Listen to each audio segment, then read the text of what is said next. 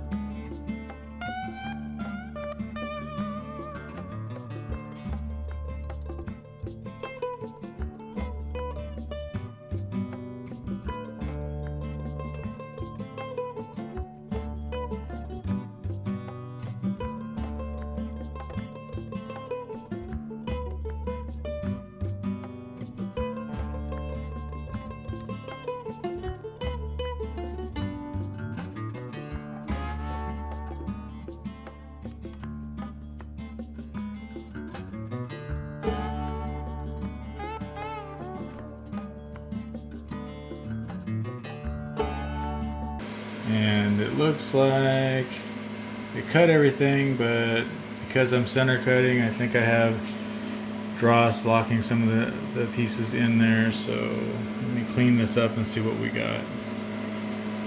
Alright, so I got it out of there. Just had to wiggle it a little bit, but yeah, as you can see, all the little pieces are still locked in there. So I'm gonna hit it with a flap disc on the back side and see how many, what I can loosen up, get this cleaned up a bit.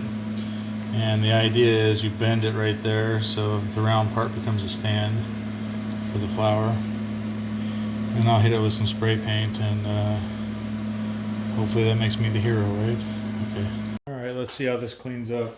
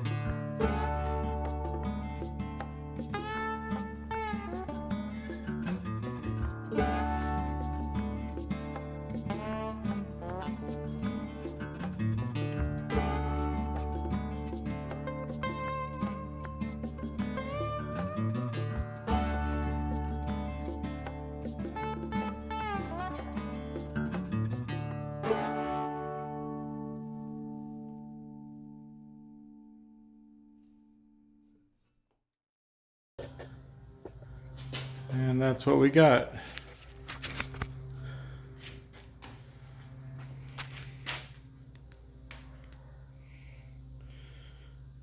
Hopefully she'll like it.